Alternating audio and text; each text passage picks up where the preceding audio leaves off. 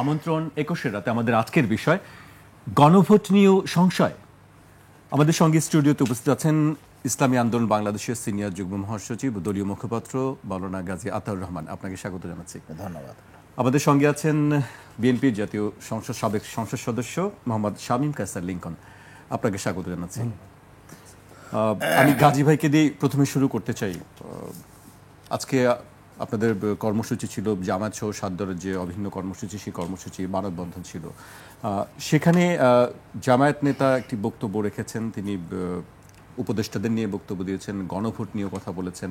এর পাশাপাশি আমরা আজকে নির্বাচন কমিশন সচিব একটি বক্তব্য দিয়েছেন, সাংবাদিকরা ওনাকে জিজ্ঞেস করেছিলেন গণভোট নিয়ে। তিনি যে উত্তর দিয়েছেন তার সংক্ষেপে আমি কিছু একটু উল্লেখ করতে চাই।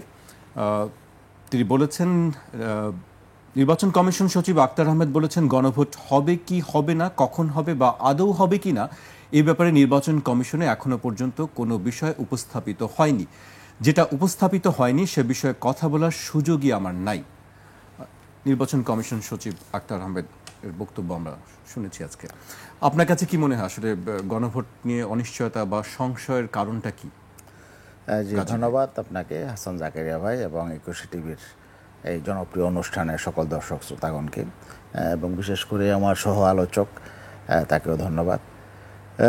আপনি যেটা বলেছেন নির্বাচন কমিশনের সচিবের উদ্ধৃতি দিয়ে, আসলে নির্বাচন কমিশনের কথাবার্তা কিন্তু এক এক সময় আমরা এক এক রকম দেখছি। মাত্র কয়েকদিন আগে একজন নির্বাচন কমিশনের একজন সচিব বললেন যে গণভোট জাতীয় নির্বাচনের সঙ্গেই হওয়া উচিত। তো এখন সচিবের কথায় আর এই যে নির্বাচন কমিশনের যিনি একজন কমিশনার, তার কথা দুই রকম হয়ে গেল। তো এখন সচিব যেটা বলেছেন বলতে পারেন, কারণ তাদের কাছে আনুষ্ঠানিক হয়তো গণভোটের বিষয়টা তাদের কাছে যায় না, লিখিত যায় না। কিন্তু একজন নির্বাচন কমিশনার তিনি কি করে বললেন যে গণভোট ওই জাতীয় নির্বাচনের সঙ্গেই হওয়া উচিত? এটা তো একটা বিতর্কিত ইস্যু এবং এটা পলিটিক্যাল ইস্যু। এটা এখানে তিনি তো একটা পক্ষে চলে গেলেন, কারণ জাতীয় নির্বাচনের সঙ্গে গণভোট হওয়ার জন্য এক পক্ষের দাবি আছে, আর অন্য পক্ষের দাবি হলো জাতীয় নির্বাচনের আগে নভেম্বরে, নভেম্বরে, মানে নির্বাচনের তফসিল ঘোষণার আগে যাতে এই গণভোটটা হয়। এর কারণ আছে, যৌক্তিক কারণ আছে। তো এখন নির্বাচন কমিশন এক ধরনের কথা বললেন, কমিশনার এক ধরনের কথা বললেন, সচিব এক ধরনের কথা বললেন, আবার সচিব এটা বললেন আদৌ নির্বাচন হবে কি হবে না। তা তিনি কি একেবারেই গণভোটের কথা বলছেন, আদৌ গণভোট? আমি সেটাই বলছি। তো তিনি এই জাতীয় কাণ্ডজ্ঞানহীন কথা কি করে বললেন?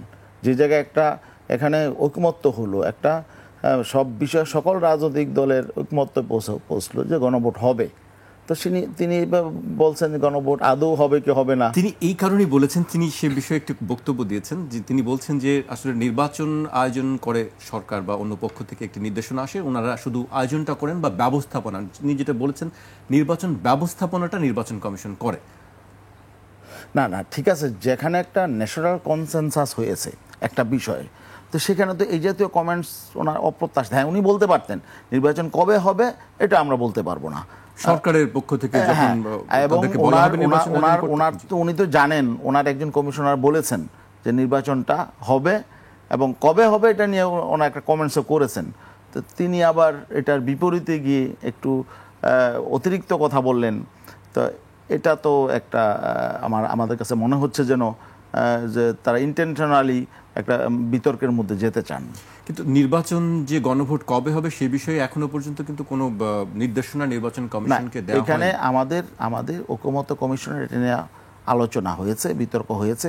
আমরা ইসলামী আন্দোলন বাংলাদেশের পক্ষ থেকে স্পষ্ট বলেছি, যেহেতু জুলাই সনদ হয়ে গেছে, যেভাবেই হোক, যদিও আমাদের অনেক কিছু প্রত্যাশা ছিল সেগুলো হয় নাই, কিন্তু যেটাই হোক একটা জায়গায় তো আমরা এসেছি, একটা ঐকমত্য আমরা পৌঁছেছি, এবং জুলাই সনদ ইমপ্লিমেন্ট কিভাবে হবে এটার জন্য গণভোট হবে, এটাও আমরা সবাই একমত হয়েছি, সকল রাজনৈতিক দল একমত যে গণভোট হবে।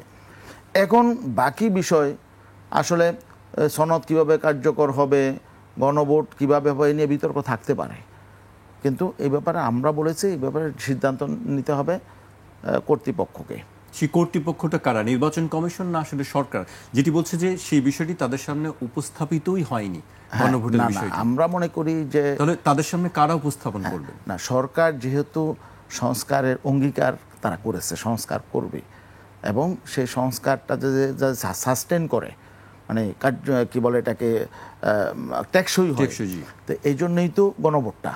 তা এখন সরকারেরই দায়িত্ব, কারণ সব বিষয়ে সকল রাজনৈতিক দলের কাছে যদি ছেড়ে দেওয়া হয় তাহলে তো কোনো বিষয়ে আসলে সেভাবে সমাধান হবে না। মৌলিক বিষয়ে আমরা একমত হয়ে গেছি, এখন গণভোটটা কবে হবে এটা আমরা, আমাদের যৌক্তিক দাবি হলো যে, এবং আমরা সব দিক মিলিয়ে দেখেছি যে জাতীয় নির্বাচনের সঙ্গে এটা করলে প্রবলেম দুই ধরনের। এক হলো যে সেই গণভোটটার দিকে আসলে দৃষ্টি মানুষের থাকবে না, সকলের দৃষ্টি থাকবে হলো জাতীয় নির্বাচনের দিকে, এটা একটা বিষয়। আর আমরা এখন যারা একমতে আছি যে জুলাই সনদের পক্ষে 30টা দল, তখন কিন্তু আমরা বিভক্ত হয়ে যাব, তখন জাতীয় নির্বাচনে কিন্তু আমরা পরস্পর প্রতিদ্বন্দ্বী। তাহলে দেখা যাবে যেই বিষয়টা নিয়ে আমরা একমতে পৌঁছলাম সেটার এমন একটা নির্বাচনের পরিবেশের মধ্যে আমরা সেটা নিয়ে গেলাম, যখন আমরা প্রতিদ্বন্দ্বিতায় নেমে গেলাম, এবং জনগণের মধ্যে একটা বিভ্রান্তি হবে যে আমরা পক্ষে ভোট দিব নাকি বিপক্ষে ভোট দিব, তখন এটা একটা প্রবলেম। আর জাতীয় নির্বাচনটা হ্যাম্পার হতে পারে। জাতীয় নির্বাচনের জন্য তো নির্বাচন কমিশনের একটা প্রস্তুতি আছে, সেখানে ভোট গ্রহণের কত সময় লাগবে এবং ভোটার কত, এটার প্রেক্ষিতে কিন্তু জাতীয় নির্বাচন একটা প্রিপারেশন নিয়ে রেখেছে, একটা প্রাথমিক প্রিপারেশন। ভোট সেন্টারেরও তারা কিন্তু একটা মোটামুটি একটা সিদ্ধান্ত নিয়ে ফেলেছে যে কতগুলো ভোট সেন্টার প্রয়োজন, কতগুলো বুথ প্রয়োজন, কতগুলো কর্মকর্তা প্রয়োজন। এখন এই ওখানে এরা কিন্তু একটা ব্যালটে নির্বাচনের জন্য প্রস্তুতি নিয়েছে। এখন যদি আবার গণভোট হয় তাহলে তো আরেকটা ব্যালট যুক্ত হবে, তো দুইটা ব্যালটের, এক ব্যালটের প্রস্তুতি দুই ব্যালটের প্রস্তুতি একরকম না। এই জন্য আমরা মনে করছি যে এটা আগে হওয়া উচিত। জি, আমি মোহাম্মদ শামীম কায়সার লিংকনের কাছে আসতে চাই। আমরা জানি যে গণভোট নিয়ে আসলে রাজনৈতিক দলগুলোর মধ্যে কোনো দ্বিমত নেই, যে গণভোট সব রাজনৈতিক দলেরই চাওয়া দাবি যে গণভোট দিতে হবে জুলাই সনদ বাস্তবায়নের বিষয়ে। কিন্তু যে বিষয়টি আমরা আজকে দেখলাম, খেয়াল করলাম যে নির্বাচন কমিশন সচিব বলছে যে আসলে গণভোট কখন হবে, কবে হবে বা আদৌ হবে কিনা সেই বিষয়ে তাদের কাছে কোনো কিছু জানা নেই, বা এই বিষয়ে কোনো বক্তব্য দেওয়াটাও তাদের কাছে মনে হয়নি যে সমীচীন। এই অবস্থাটা আসলে কেন, যেটি নিয়ে আসলে সব রাজনৈতিক দলগুলো বলছে যে গণভোট হতে হবে, কিন্তু নির্বাচন কমিশন বলছে আসলে তাদের কাছে এ ধরনের কোনো তথ্যই নেই? আপনি এই ব্যাপারে কি বলবেন? জি, ধন্যবাদ। আসসালামু আলাইকুম রাহমাতুল্লাহ, বিসমিল্লাহ, আলহামদুলিল্লাহ, আসসালাতু ওয়াসসালামু আলা রাসূলিল্লাহি ওয়া বা'দ। প্রিয় বাংলাদেশ, প্রিয় গোবিন্দগঞ্জবাসী, আপনার মাধ্যমে এই সুন্দর প্রোগ্রামের মাধ্যমে সবাইকে ধন্যবাদ। প্রথমত দেখুন, গণভোট নামের মধ্যে কিন্তু it is kind of self explanatory. আচ্ছা দেখুন, প্রত্যেকটা ব্যক্তি কিন্তু এখানে ইন্ডিভিজুয়ালি ইম্পর্টেন্ট। আচ্ছা, আমি মোহতারাম আমার উস্তাদ সমতুল্য হবেন, আমি যদি ওনাকে একটা প্রশ্ন করি বা আমি যদি জাতির কাছে প্রশ্ন করি, আচ্ছা আমি যে একটা কোনো কাজ করব বা আমি যদি একটা ইন্ডিভিজুয়াল হই, মানে আমি পার্টিজান রিপ্রেজেন্টেশন না, আমার ইন্ডিভিজুয়াল একটা রিপ্রেজেন্টেশন যদি থাকে, আমি এটা কি বুঝে দিব না বুঝে দিব? অবশ্যই আপনি বলবেন এটা বুঝে দিব। আমি এটাকে বুঝে, মানে এই যে আমরা অনেক সময় লিখি না যে বুঝিয়া মর্মার্থ বুঝিয়া পড়িয়া সই করিলাম, এই ধরনের একটা বিষয় যে আমি এটাকে বুঝে দিতে হবে। তো এখন জুলাই সনদ বা ধরেন এর ভিতরে যতগুলো বিষয় আছে, ঐক্যমত্য কমিশন অলরেডি ধরেন 800-র উপরে বিষয় আছে, এর মধ্যে ধরেন আমাদের পার্টি থেকে হয়তো 50, 52, 56টা নিয়ে একটু নোট অফ ডিসেন্ট বা কিছুই আছে, বাকিগুলো মোটামুটি ঐক্যমত্য হয়েছে, হোয়াট এভার ইট ইজ। তো এগুলো এখনও আমাদের দলের ভিতরেই, বা ধরেন অন্যান্য যে দল আছে তারাই কতটুকু, যারা কর্ণধার আছেন বা যারা আপনি এটা নিয়ে মাঠে ছড়িয়ে পড়বেন, তারা নিজেরাই কতটুকু বুঝেন, তাদের নেতাকর্মীরা কতটুকু বুঝেন, এবং আপামর জনসাধারণ। আমার কথা হলো কি, যেহেতু এটার নাম গণভোট, এটা তো বুঝতে হবে সবাইকে, আমাদের বুঝে দিতে হবে। না বুঝে দিলে তো এটা আপনার পার্টিসান জিনিসই হয়ে গেল। তাহলে তো এটা হয়তো বা এরকম কোনো একটা কারণে এটা বুঝতে কীরকম সময় লাগবে, এটা জানা না জানার ব্যাপার থাকতে পারে। আরেকটা আমার যেটা মনে হয়, দেখুন যখন আমরা কোনো একটা সাংবিধানিক কোনো একটা প্রতিষ্ঠান বলি বা কোনো আপনার ধরেন ইলেকশন কমিশনের মতো একটা প্রতিষ্ঠান, এখানে যে দায়িত্বশীল ব্যক্তিবর্গ থেকে একাধিক ধরনের কথা আমরা দেখতে পাই, তখন আসলে আমাদেরকে একটা জায়গায় একটু ফোকাস করতে হয় যে আসলে কোনটা প্রিভেইল করে, মানে which one Gates the more importance, বা কার কথাটা বেশি গুরুত্ব পায়, ওইটার দিকে একটু তাকানো দরকার। অনেক সময় দেখা যায় দেশের প্রেক্ষাপটে হয়তো অনেক রকম কথা ওনারা বলে ফেলেন, তবে আমরা অবশ্যই আশা করি যে তারা তাদের মানে জুরিসডিকশনের পেরিফেরিতে থেকেই কথা বলবেন, তারা আসলে শামীম কায়সার লিঙ্কন, আমরা বুঝতে পারছি আপনি যেটি বলতে চাচ্ছেন যে আসলে যে গণভোট যেটি উপরে হবে সেই বিষয়টি মানুষের সম্পর্কে আসলে খুব বেশি একটা স্পষ্ট ধারণা নেই, সেটি আপনি বলতে চাচ্ছেন। হ্যাঁ, সেটাই, মানে যে ইস্যু দিয়ে আমি ভোটে তার কাছে যাব, ওই ইস্যুগুলো কি তারা আসলে বুঝে বা কতটুকু জানে? তাহলে সে যদি এটা না বুঝে ভোট দেয় তাহলে আসলে পার্টিকে ভোট দিচ্ছে, মানে আমার পার্টি যেটার অবস্থানে আছে সেটাকে দিচ্ছে, তো তাহলে গণভোট হলো না। আমার কথা হলো এইটাই। তো হয়তোবা এটা আসলে আমার যেটা আমি বলতে চাচ্ছি সেটা হলো, যেহেতু এটা গণভোট, এটা প্রত্যেকটা জনকে বুঝে তারপরে ইনভলভ করতে হবে, সবাইকে সচেতন করা, ওই সময় লাগবে কি হবে ওগুলো নিয়ে আলোচনা হতে পারে, তারপরে হয়তো আসলে সিদ্ধান্তের বিষয়টি আসবে। এবার একটু আমি অন্য প্রসঙ্গে আসতে চাই গাজী ভাইয়ের কাছে। আমরা বেশ কিছুদিন ধরেই একটি বিষয় নিয়ে খুব আলোচনা চলছে, উপদেষ্টাদের নিয়ে, উপদেষ্টারা ষড়যন্ত্রে লিপ্ত, উপদেষ্টারা সেফ এক্সিট পাবেন না, কারা কারা সেফ এক্সিট পাবেন তাদের তালিকা প্রকাশ করা হবে, এই ধরনের কথাবার্তা আমরা বেশ কয়েকদিন ধরেই আমরা শুনছি বিভিন্ন দলের নেতা থেকে, এনসিপি থেকে শুনেছি। আজকে জামায়াত ইসলামীর পক্ষ থেকে সেই একই কথা বলা হয়েছে যে ষড়যন্ত্রকারী উপদেষ্টাদের নাম প্রকাশ করা হবে খুব শিগগিরই যদি তারা জুলাই সনদ বাস্তবায়ন না করেন। মানে আসলে উপদেষ্টাদের নিয়ে হঠাৎ কেন তারা টার্গেট হলেন? না, উপদেষ্টা নিয়ে এর আগেও আমরা বিভিন্ন কথাবার্তা শুনেছি, উপদেষ্টাদের দুর্নীতি নিয়েও কেউ কেউ কথাবার্তা বলেছেন। তা আমার মনে হয় যারা এসব বলছেন তাদের একেবারেই ক্লিয়ার করা উচিত যে কোন উপদেষ্টা ষড়যন্ত্রের সাথে, কী ষড়যন্ত্রের সাথে জড়িত, এগুলো যারা বলছেন তাদেরকেই ক্লিয়ার করতে হবে।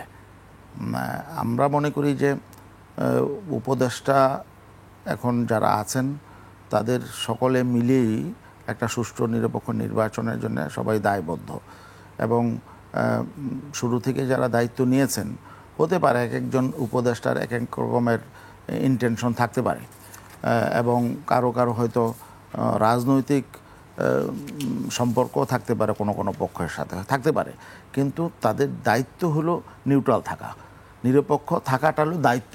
তাদের নিজস্ব পছন্দ অপছন্দ থাকতেই পারে, কিন্তু তারা যদি কোনো জায়গায় সেই ব্যত্যয়টা ঘটায় থাকেন, তাদের দায়িত্বের বাইরে গিয়ে তারা যদি কারো পক্ষপাতিত্ব করে থাকেন, সেটা যিনি বলছেন তার স্পষ্ট করা উচিত এক। আর ষড়যন্ত্র বলতে আমরা যেটা কিছু কিছু শুনছি যে পতিত ফেসিবাদ এই শক্তির সাথে কারো কারো যোগাযোগ, এরকম একটা গুঞ্জন কথাবার্তা আমরা শুনছি, এটা অত্যন্ত দুঃখজনক। এটা তো হওয়ার কথা না। আপনি কি নাম জানেন নিশ্চয়ই কারো এরকম? না, এটা আপনি যেমন শুনেছেন আমিও কিন্তু ওই রকমই শুনেছি। আমরা কিন্তু কোনো উপদেষ্টার ব্যাপারে আমরা অভিযোগ করি নাই বা কারো উপদেষ্টাকে নিয়ে আমরা কোনো কথা বলি নাই। আমরা মনে করি ওনারা সবাই নিজ নিজ জায়গায় শ্রদ্ধার পাত্র। তবে কোনো কোনো উপদেষ্টা কিন্তু মিডিয়ায় নিজেই বলেছেন, নিজেরা বলেছেন যে প্রশাসনে দলগুলো ভাগাভাগি করে নিয়েছে। বিশেষ করে দুইটা দলের নাম বলেছেন, বিএনপি এবং আওয়ামী লীগ, যে প্রশাসনে বিভিন্ন জায়গায় তারা বিভিন্ন পদ পদবি নিজেরা ভাগাভাগি করে নিয়ে গেছেন। তো ভাগাভাগি করে তারা নিল কী করে? তাহলে তারা কি দায়িত্ব পালন করলেন? মানে যারা দায়িত্বে আছেন তারাই বলছেন ভাগাভাগি করে নিয়ে গেলেন, তারা তাহলে রক্ষা করতে পারলো না, তাই না? তাহলে সবাইভাবে দেশের সব কিছু প্রশাসনের বিভিন্ন দায়িত্ব ভাগাভাগি হয়ে গেল, রাজনৈতিক পক্ষগুলো ভাগাভাগি করে নিয়ে গেল, বিশেষ করে যাদের মানে প্রভাব আছে নিয়ে গেল, আর তারা বসে বসে আঙ্গুল চষলেন। এটা আমাদের কাছে কিন্তু ভালো লাগলো না। এই কথা আবার ওনারা বলে কি করে? লজ্জা থাকলে তো বলার কথা ছিল না, কারণ এটা তাদের রেসপন্সিবিলিটি, দায়িত্ব। আপনি যদি দায়িত্ব পালন করতে না পারেন, চলে যাবেন যে ভাগাভাগি আমি রক্ষা করতে পারছি না, আমরা চলে গেলাম, জনগণ ডিসাইড করবে যে পরবর্তীতে ওনার দায়িত্বটা কে পালন করবে, তাই না? অতএব এগুলো হলো আসলে আমরা মনে করি এদের মানে ম্যাচিউর না তারা, এই জন্যই এই সমস্ত কথাবার্তা বলেছেন। এবং এই জন্যে উপদেষ্টাদের মধ্যেও আমরা মনে করছি যে তাহলে সমন্বয়হীনতা আছে, এক একজন এক এক রকম কথা কেন বললেন। তো তাদের ইমেচিউরিটির জন্যে আমরা ক্ষতিগ্রস্ত হবো, এটা আমরা চাই না। আমরা চাই যে সবাই, এখন কেউ কেউ আবার কোনো কোনো উপদেষ্টার কথা বলছে, আপনি আমার নাম জিজ্ঞেস করবেন না, যে এরা নাকি ওই পদ থেকে ছেড়ে দিয়ে আবার কোনো কোনো দলে যোগ দিয়ে নির্বাচন করবে। আমরা এটা মনে করছি যে এটা যদি করে তাহলে আসলে এই নির্বাচনটাই বরং প্রশ্নবিদ্ধ হবে। নাম বলতে সমস্যার কথা, আপনি যেমন বলছেন যে যাদের কথা বলছেন তাদের নাম যেন প্রকাশ করা হয়, আপনি নিজে বলছিলেন গাজী ভাই। না, আমরা এমনও শুনছি যে কোনো কোনো উপদেষ্টা তারা এই পদত্যাগ করে তারা হয়তো কোনো একটা দলীয় প্রতীকে পরবর্তী নির্বাচন করবে। তো সেটা যদি করে সেটা তো পুরো নির্বাচনটাই প্রশ্নবিদ্ধ হয়ে যাবে। তাহলে তারা তো ওই দলের পক্ষেই এখন তারা ফিল্ড তৈরি করছেন, তাই না? অথবা আমি মনে করলাম যে দলের পক্ষে না হোক, কমপক্ষে তার এলাকার জন্য তো সে বিভিন্নভাবে সেখানে পরিবেশ তৈরি করছেন, এই রাষ্ট্রযন্ত্রকে ব্যবহার করে, প্রশাসনকে ব্যবহার করে। অতএব সে যখন ওখান থেকে চলে যাবে সেখানে নির্বাচনে, তখন সে তো লেভেল প্লেইং ফিল্ড হলো না। সে তার ফিল্ডটাকে আগেই গুছিয়ে নিল প্রশাসনকে ব্যবহার করে, বিভিন্ন সুবিধা দিয়ে। এটা তো স্বাভাবিক। এই জন্যে আমরা মনে করছি যে উপদেষ্টা যারা রয়েছেন তাদেরকে রাজনীতির বাইরে থাকতে হবে। তারা এই নির্বাচনটা কমপক্ষে, পরবর্তীতে তারা রাজনীতিতে যুক্ত হোক, সমস্যা নাই। যেহেতু এই নির্বাচনের জন্য তারা দায়িত্বপ্রাপ্ত, এই বর্তমান সময়ের জন্য দায়িত্বপ্রাপ্ত, এই জন্য আমরা মনে করি এই নির্বাচন পর্যন্ত তাদের কোনো রাজনৈতিক পক্ষে যাওয়া উচিত না, তারা উপদেষ্টা থাকুক বা না থাকুক। জি জি, গাজী ভাই আমি আপনার কাছে আবার আসবো। এই পর্যায়ে আমি শামীম কায়সার লিংকনের কাছে আসতে চাই। উপদেষ্টাদের নিরপেক্ষতা নিয়ে একটি প্রশ্ন তুলেছে, তাহলে কি আসলে মানে নির্বাচন কিভাবে আসলে নিরপেক্ষ হবে বলে আপনার মনে হয়? যে প্রশ্নটি, অভিযোগটি সবাই করছে, এনসিপি পক্ষ থেকে, জামায়াত ইসলামের পক্ষ থেকে করছে, সে বিষয়ে আপনার বক্তব্য কি আসলে? জি ধন্যবাদ। আসলে এই বিষয়টা আমি ওনার সাথে একটা বিষয় একমত, মোহতারামের সাথে, সেটা হলো যে অন্তত এই নির্বাচনটা আমরা যেন আর কোনো উপদেষ্টাকে পদত্যাগ করে কোনো দলে ঢুকতে না দেখি অন্তত। আরেকটা বিষয় হলো, দেখেন অলরেডি কিন্তু উপদেষ্টা থেকে পদত্যাগ করে একটা দলে গঠন হয়েছে। তো এখান থেকে তো অন্তত কিছুটা বোঝা যায় যে এটা একটা উপদেষ্টা দলীয় ছিলেন, হয়তো দলটা আগে ছিল না, উনি বের হয়ে করেছেন, কিন্তু এটা তো একটা দলের। আচ্ছা, এখন কথা হলো যে এই অবৈধ সরকারের অবৈধ মন্ত্রী হাসান মাহমুদ সাহেব বলতেন যে বেশি করলে বেবাক ফাঁস করে দেবে, এই ধরনের কথা বলতেন। তো আজকাল দেখি এই ধরনের কথাবার্তা এখনও সেই আওয়ামী বয়ানগুলো এখনও আছে। কিন্তু আসলে এই ধরনের দায়িত্বশীল পজিশন থেকে আসলে যারা এরকম বেবাক ফাঁস করতে চান তাদের আসলে সাথে সাথে ফাঁস করা উচিত, এটা তাদের কিন্তু সাংবিধানিক দায়িত্বের মধ্যে পড়ে। আরেকটা ব্যাপার হলো, কেউ যদি আগে ছিলেন এক জায়গায় উপদেষ্টা, এখন এসে বলেন যে সেগুলো বলে দিব, তাহলে তখন তার বলা উচিত ছিল, বিকজ এটা তো সে একটা স্টেটকে রিপ্রেজেন্ট করে। তাহলে তখন জানতেন, কেন বলেননি? যদি নাই বলে থাকেন, এখন বা বলতেই বা কেন চান? আবার তাহলে কি এটা কোনো বার্গেনিং চলছে যে এটা না হলে বলবো, ওইটা না হলে বলবো না, এরকম বিষয়টা? তাহলে এটা কিন্তু খুব আসলে এই ধরনের, ধরেন আমরা টক শো বলি বা সভা সেমিনার যেখানেই বলি, এই যুদ্ধে কেউ জেতে না। বাক যুদ্ধে সবাই মনে করে আমি জিতেছি, যেতে কিন্তু জনগণ, কারণ ওরা কিন্তু ডিসিশনটা নেয়, জনগণ এখান থেকে কিন্তু তাদের জিসটা ঠিকই নেয়। এই জন্য যারা বলছেন যে বেবাক ফাঁস করে দিব, এই ধরনের টাইপের কথা, তাদের আসলে এখনই ফাঁস করা উচিত এবং তাদের বলা উচিত যে তখন কেন ফাঁস করেননি, এগুলো তাদেরকে ফেস করা উচিত। সেটি না হলে দেখা যায় যে আসলে যিনি এটির সঙ্গে জড়িত নয় তাকেও হয়তো দেখা যাচ্ছে সন্দেহের তালিকায় চলে আসে, ট্যাগিং চলে আসে। জি, আমি এই পর্যায়ে একটা বিরতিতে যেতে হচ্ছে। দর্শক, একটি বিরতি নিচ্ছি, ফিরছি একটু পর।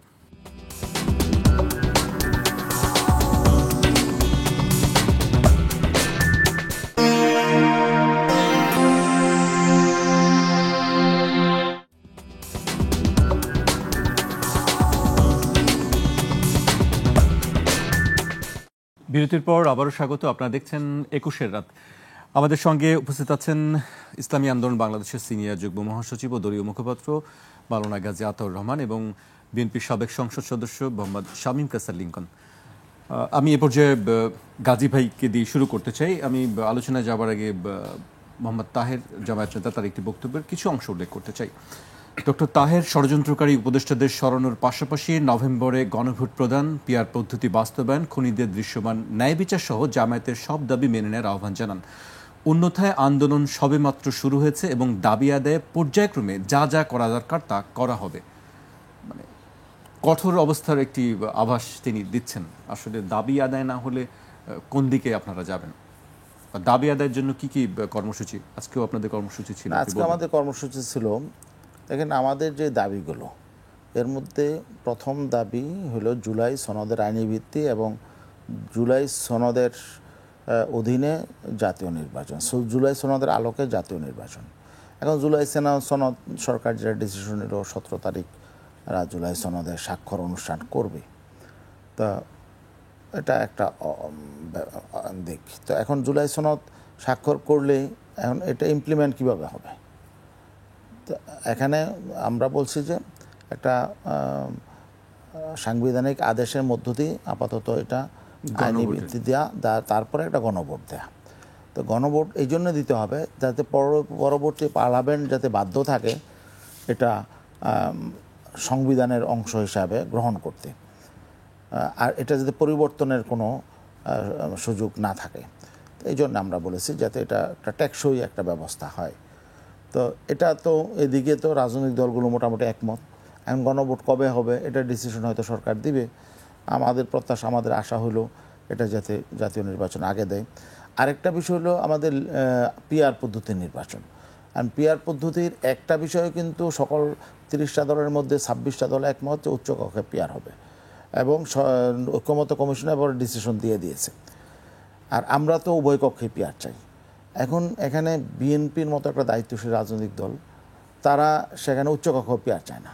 তো উচ্চকক্ষে তারা কি চায়, এখন যেভাবে ওই মহিলা আসন যেভাবে হয় সংরক্ষিত মহিলা আসন, তারা এরকম সংরক্ষিত উচ্চকক্ষ চায়, মানে নিম্নকক্ষের আনুপাতিক হারে উচ্চকক্ষ চায়। তাহলে উচ্চকক্ষর প্রয়োজনটা কি, তাই না? তাহলে তো 100 আসন উচ্চকক্ষে কেন, তাহলে আপনার নিম্নকক্ষে আর 100 আসন বাড়ায় দেন, তাই এটা কোনো মানে হয় না। এটা মনে হয় যে একটা এক্সটেনশন, নিম্নকক্ষের একটা এক্সটেনশন হয়ে গেল, তো রেপ্লিকা হয়ে গেল। তো এটা তো আসলে কোনো যুক্তিতে ধরে না।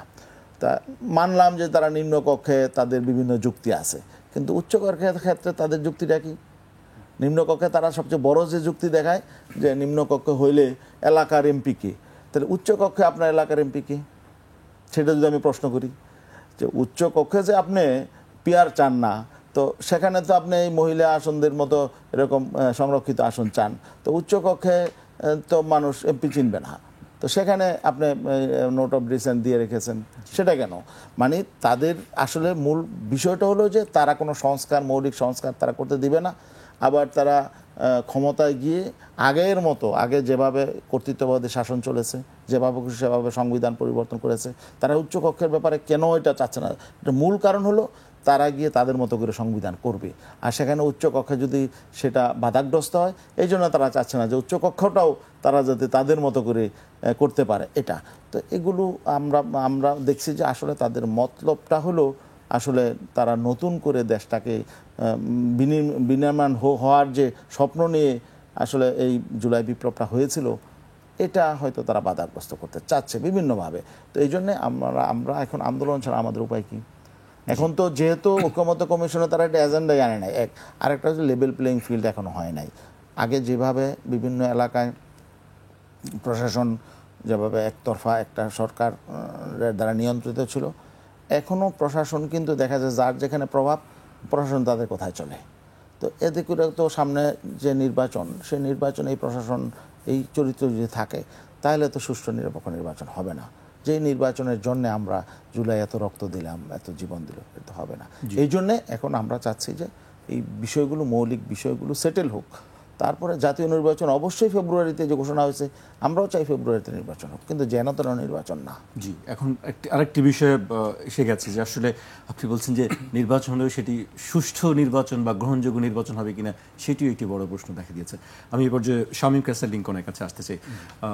মির্জা ফখরুল ইসলাম আলমগীর একটি কথা বলেছেন, সম্প্রতি গতকালই বলেছেন যে পিআর নিয়ে যে পিআরের দাবিতে যে আন্দোলন হচ্ছে সেটিতে আসলে উদ্বেগজনক তিনি উল্লেখ করেছেন। আরেকটি বলেছেন যে বাংলাদেশকে সাম্প্রদায়িক বানানোর চেষ্টা চলছে একটি। তার এই বক্তব্যকে আপনি কিভাবে দেখেন? জি, ধন্যবাদ। দুই একটা পয়েন্ট একটু টাচ না করলেই না, এই জন্য আমি একটু বলে দিই। প্রথমত হলো এই পিআরের যে বিষয়টা আসছে, এটাতে খুব সংক্ষেপে বলতে হবে আমাকে, কারণ ভেবেছিলাম একটু লম্বা করব। দেখুন, পিআরটা আমাদের শ্রদ্ধেয় স্থায়ী কমিটির সদস্য জনাব সালাউদ্দিন আহমেদ সাহেব বলেছেন যে হলো পার্লামেন্ট রেস্টলেসনেস। আমি অবশ্যই এটাকে বলি প্রজেক্ট রিহ্যাবিলিটেশন, মানে একটা পুনর্বাসন প্রকল্প। বলতে পারেন যে ফ্যাসিস্ট মাফিয়া আওয়ামী পুনর্বাসন প্রকল্প। কারণ এটা দীর্ঘ আলোচনার এখানে প্রয়োজন না, অলরেডি জনগণ জানে যে কেন আমি বলছি আওয়ামী পুনর্বাসন প্রকল্প। তাদেরকে কোনো না কোনোভাবে চোরাগুলি দিয়ে সুযোগ করে দেওয়ার জন্য একটা বিষয়। বিশেষ করে আমি বলবো আমরা যারা মানে মুসলিম সেন্টিমেন্ট ধারণ করি বা ইসলামী আন্দোলন বলি বা ইসলামী আপনার মানে প্রো ইসলামিক রাজনীতি জনগণকে দিতে চাই বলি, দাবি করি, তাদের জন্য তো পিআরটা আসলে একেবারে ইসলামের সাথেই সাংঘর্ষিক। কেন বলবো? দেখেন, এটা আমরা মনে করি যে ধরেন এটা ভারতের একটা প্রেসক্রিপশন আমরা এক তো মনে করি, আমি নিজেও মনে করি, দেখুন ওদের কিন্তু আপনার প্রায় 96 crore হলো ভোট ইন্ডিয়াতে, প্লাস মাইনাস তাদের জরিপ অনুযায়ী। এর মধ্যে প্রায় 12 থেকে 14 কোটি হলো ওদের মুসলিম ভোটার। ওদের দেশে যদি ওরা পিআর করে, ওদের 552 বা 54 আসনের মধ্যে ওদের লোকসভার প্রায় 77টা সিট ওরাই পেয়ে যাবে।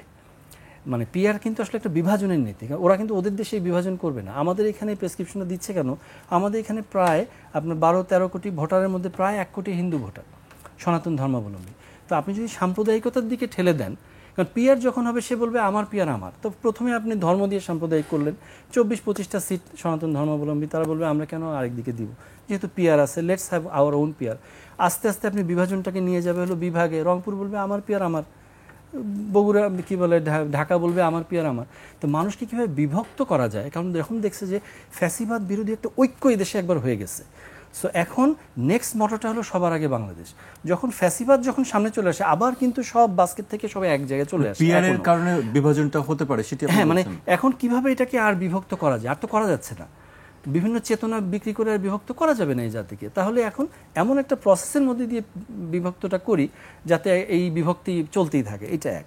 দ্বিতীয়, এই জন্য অন্তত মানে ইসলামী মূল্যবোধ যারা চিন্তা করে তাদের জন্য তো পিয়ারটা আসলে এটা কোনোভাবেই ইয়ে করা ঠিক হবে না।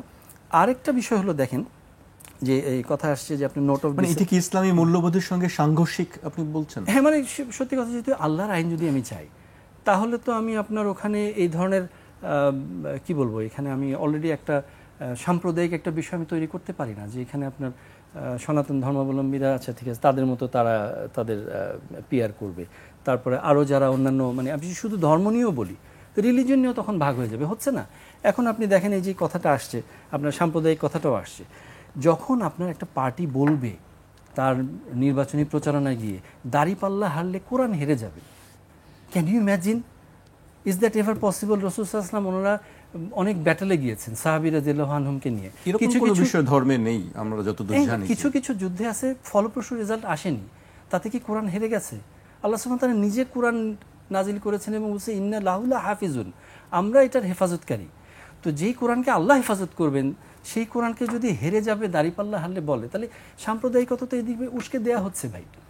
আপনি দেখেন আজকে যদি আপনি অলরেডি একটা ইউনাইটেড ফ্যাসিবাদ বিরোধী, এই অবস্থায় যদি আপনি তাকে বলতে পারেন কোরআনের প্রতি আবেগ আছে, যে দেশে মুসলিম বেশি সেখানে আবেগটা বেশি থাকবে, তো সেখানে এসে আপনাদের এমনও আছে 5 ওয়াক্ত সালাত পড়ছে না, কিন্তু সে কিন্তু যদি দেখে কোরআন অবমাননা করে তাকে পিটাতে যাবে, এই সেন্টিমেন্টটা কিন্তু আছে তার, এটা কিন্তু দলমত নির্বিশেষে বিষয়টা।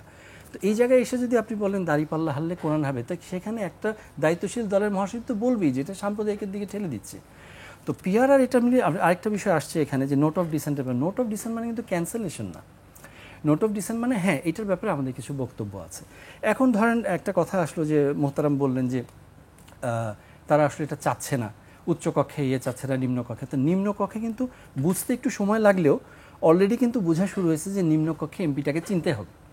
আচ্ছা, উচ্চকক্ষে কিন্তু আলোচনা হতে পারে, উচ্চকক্ষে তো যেহেতু নোট অফ ডিসেন্ট আছে, যখন আলোচনা হবে তখন আপনারা বলেন যে আমরা মহিলা সংরক্ষিত আসনের মতো এটা করতে চাই না, আপনারা একটা লিস্ট দিয়ে দেন, একটা পরোক্ষভাবে নির্বাচন হোক, যে আমরা 300-র মধ্যে আছে, 100টা আছে, 100 জন হলে এই হবে। এখন আপনি শুভঙ্করের ফাঁকি ভাবতে পারেন যে 100 জন আছে, তাহলে যদি 30টা পায়, নিচ থেকে 30টা দিয়ে দিল, আমি তো উপরে 30টা দেখে আমি ভোট দিয়েছিলাম উচ্চকক্ষের, তো সেক্ষেত্রে আপনি কথা দেন যে হ্যাঁ আমি যদি 30টা পাই তাহলে উপর থেকে 30 জন হবে, 31 জন বাদ পড়ে যাবে, তো সেক্ষেত্রে 100 নম্বর লোক কোনোদিনই হবে না, কারণ একটা দল কখনো 300 আসন পাবে না। হোয়াট এভার, এভাবে পাবলিক সেট করতে পারে, জনগণ সেট করতে পারে তার ভোটের বিষয়টা। এবং আপনি একটা জিনিস খেয়াল করে দেখবেন যে অলরেডি কিন্তু এই বিষয়টায় আমাদের কী বলে আগামীর বাংলাদেশ জনাব তারেক রহমান সাহেব স্পষ্ট করেছেন, বিবিসি বাংলার সাক্ষাৎকারে উনি বলেছেন, দেখেন একজন ব্যক্তির কারণে আরেক ব্যক্তি যে একই হবে তা না, আমরাও নিরঙ্কুশ সংখ্যাগরিষ্ঠতা পেয়েছি, আমরা কিন্তু কোনো কিছু চেঞ্জ করি নাই। আমরা কিন্তু সংবিধানে ওই যে আমরা একা ক্ষমতায় থাকার জন্য যে তত্ত্বাবধায়ক সরকার আইন বাদ করে দেবো বিষয়টা এটা করি নাই। তো এই জন্য এক ফ্যাসিস্ট এক মাফিয়া গেছে, তাই কারণে যে আরেকজনকে মাফিয়া হয়ে উঠতে হবে বিষয়টা তা না। People's representation is important. জি জি, লিঙ্কন ভাই আপনাকে ধন্যবাদ। আমি কাজী ভাইয়ের কাছে আসতে চাই। কাজী ভাই, আপনি নিশ্চয়ই শুনছিলেন ওনার বক্তব্য যে আসলে ধর্মীয় দৃষ্টিকোণ থেকে আসলে পিয়ারের মানে সাংঘর্ষিক কেন? না, ধর্মীয় দৃষ্টিকোণ থেকে তো আর আমরা পিয়ার চাই নাই, তাই না? আমরা ধর্মীয় দৃষ্টিকোণ থেকে চিন্তা করলে তো অনেক কিছু বলতে সবাই হয়। ইসলামিক দলগুলো তো ধর্মীয়। না, আমি শেষ করি। এখানে আমরা চেয়েছি রাষ্ট্রটা যাতে স্থিতিশীল থাকে, রাজনৈতিক পরিবেশ যাতে আমাদের এখানে সহনশীল থাকে এবং রাজনীতিতে গুণগত পরিবর্তন আসে, তাই না? আমরা আমাদের এজেন্ডা বাস্তবায়নের জন্য কিন্তু পিয়ার নিয়ে আসি নাই। উনি তাহলে তো আমরা এখানে ইসলামী আন্দোলন করি, ইসলাম প্রতিষ্ঠা হইলো আমাদের মূল এজেন্ডা, তো সেটা তো উনি যেটা বললেন এটা ইসলামের সাথে বিষয়টা সংশ্লিষ্ট না, এটা আমাদের জাতীয় স্বার্থ। পিয়ারটা হলো আমরা মনে করি আমাদের দেশের স্বার্থ, জাতীয় স্বার্থ, আমাদের ভবিষ্যৎ রাজনীতির স্বার্থ, ভবিষ্যৎ রাষ্ট্র বিনির্মাণের জন্য আমরা এটা নিয়ে এসেছি। তাছাড়া আমরা আমাদের যে এজেন্ডা ইসলাম প্রতিষ্ঠার, এটা তো আমাদের এজেন্ডা আছে, এটা তো আমরা চাপাই দিব না কাউকে। এটা আমরা জনগণকে আমরা ধীরে ধীরে আমরা এই পথে আনার চেষ্টা করছি, আমাদের কর্মী সমর্থনের মাধ্যমে করছি। কিন্তু এটা কি ইসলামের সঙ্গে সাংঘর্ষিক? উনি যেটা বলছেন যে এটা ভারতীয় প্রজেক্ট এবং এটা রিহেবিলিটেশন একটা প্রজেক্ট, আওয়ামী রিহেবিলিটেশন, এটা ওনার নিজস্ব বক্তব্য হতে পারে, কেউ নিজস্ব বক্তব্য দিতেই পারে। যেমন আমাদেরকে বলা হয় পিয়ার আনা হয়েছে, আপনি কি তার বক্তব্য এখানে একটা বিষয়, যদি আমরা এইবার পিয়ারটা নিয়ে আসতাম তাহলে এটা ঠিক ছিল। কিন্তু এই পিয়ারের প্রসঙ্গটা এইবার নয়, বরং আমরা বারবার বলছি, আমরা 2008 সালে আমরা পিয়ারের দাবি করেছি, তাই না? তো তখন আমরা যদি পিয়ার হইতো, আওয়ামী লীগ কিন্তু এই তাদের এইভাবে ফেসিবাদী শাসন কায়েম করতে পারে না, এভাবে ইনব্যালেন্স একটা পার্লামেন্ট তখনই হইতো না।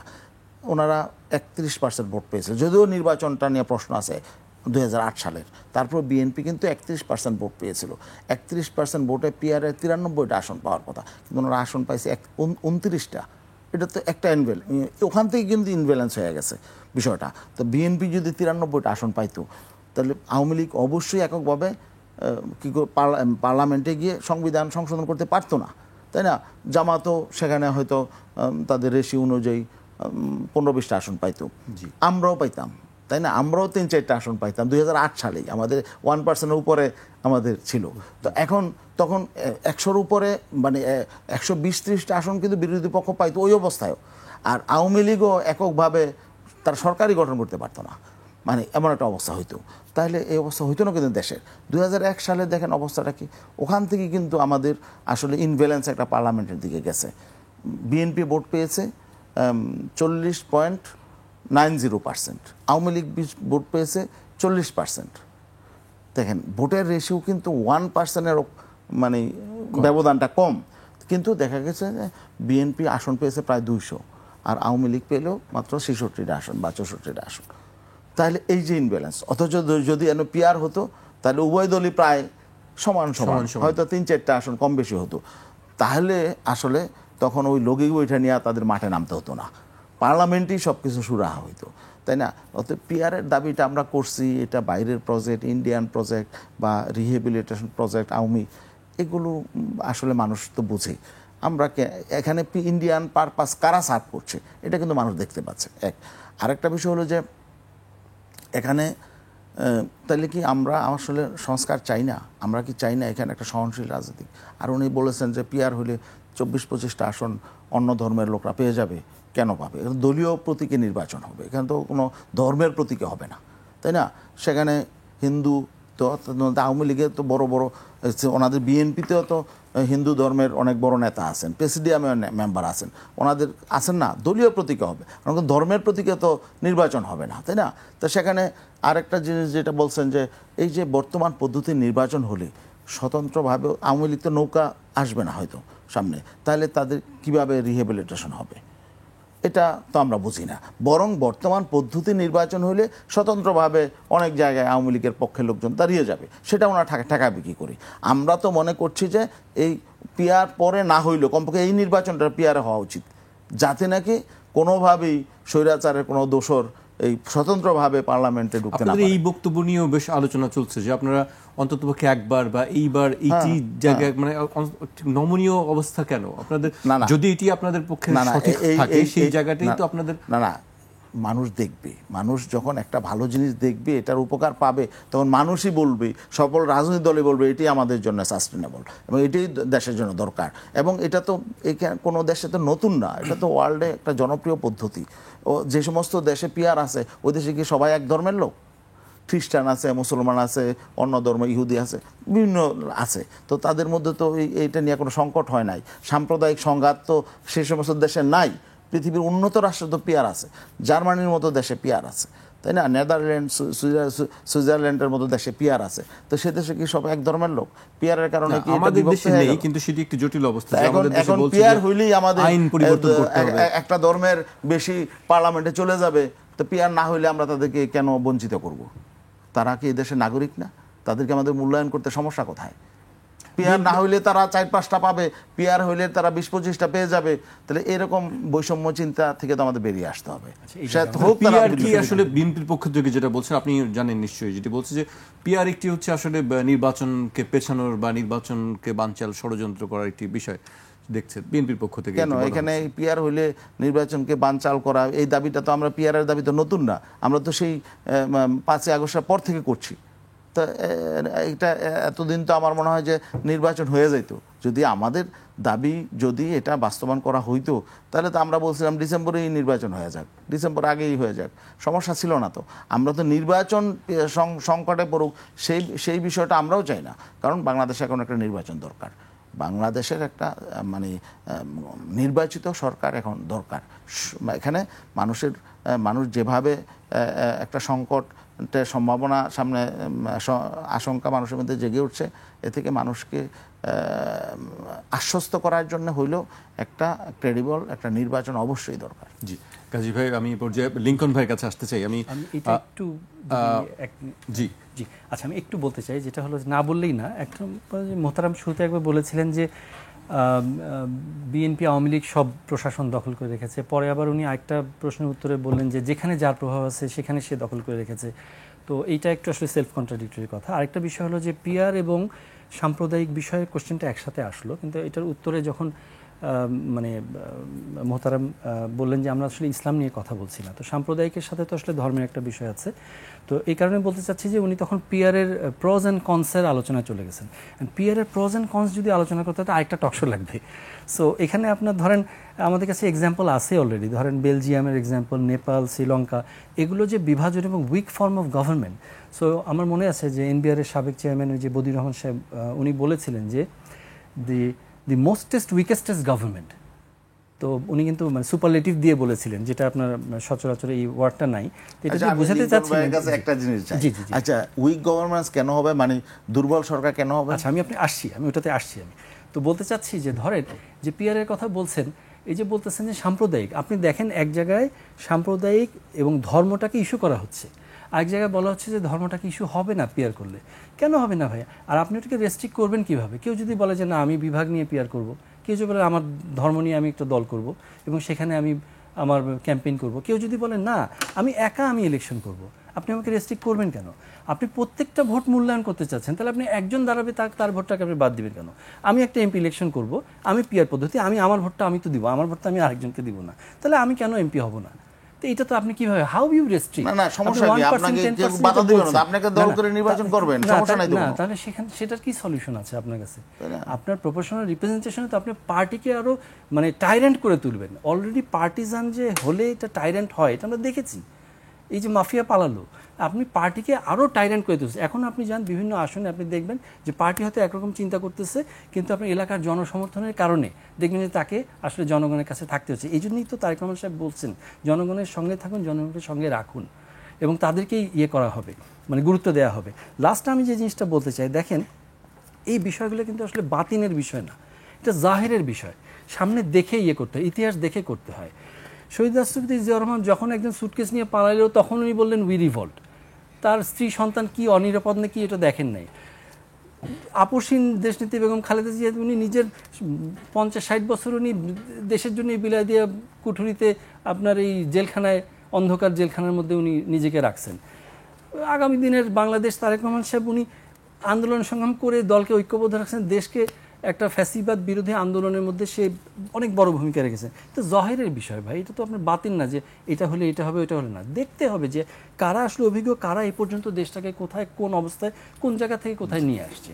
তো এটাই ইম্পর্টেন্ট। সো আমি যদি পিয়ারের প্রোজ অ্যান্ড কনস নিয়ে আলাপ করি তাহলে তো আসলে এই আলোচনা আরেক টক শোতে চলে যাবে। এটাই বলতে চাচ্ছিলাম। জি, আমি আসলে শেষ পর্যায়ে চলে এসেছি। আজকে রিজভী আহমেদ একটি কথা বলেছেন যে নভেম্বরে গণভোটের দাবিটি কয়েকটি দলের মাস্টার প্ল্যান কিনা, এবং এই বিষয়টি জনমনে প্রশ্ন দেখা দিয়েছে বলে তিনি মন্তব্য করেছেন। আপনার কাছে কি মনে হয় এটা আসলে মাস্টার প্ল্যান কিনা? আচ্ছা, প্রথমত হলো যে এই কোশ্চেনের উত্তরটা ওনার কাছে চাইলেই ভালো হতো। তো আমি যেটা মনে করি, এটার কথাটা আমি শুরুতেই বলে দিয়েছি। দেখেন, এটার নাম হলো গণভোট। তা এটা হলো কি অক্টোবর, আপনি নভেম্বরে গণভোট চাইবেন, তা তার মানে আপনি বলতে চাচ্ছেন যে আপনি আসলে চাচ্ছেন যে সে না বুঝেই ভোটটা দেখ। আমি জাস্ট ছোট্ট, যেহেতু মোহতারাম আছেন, খুব প্রসিদ্ধ একটা হাদিস, খয়রুকুম মান তাআল্লামাল কুরআন ওয়া আল্লামাহু। এখানে বলা হচ্ছে তোমাদের মধ্যে সর্বোত্তম সে যে কোরআন নিজে শিখে এবং অন্যকে শিখায়।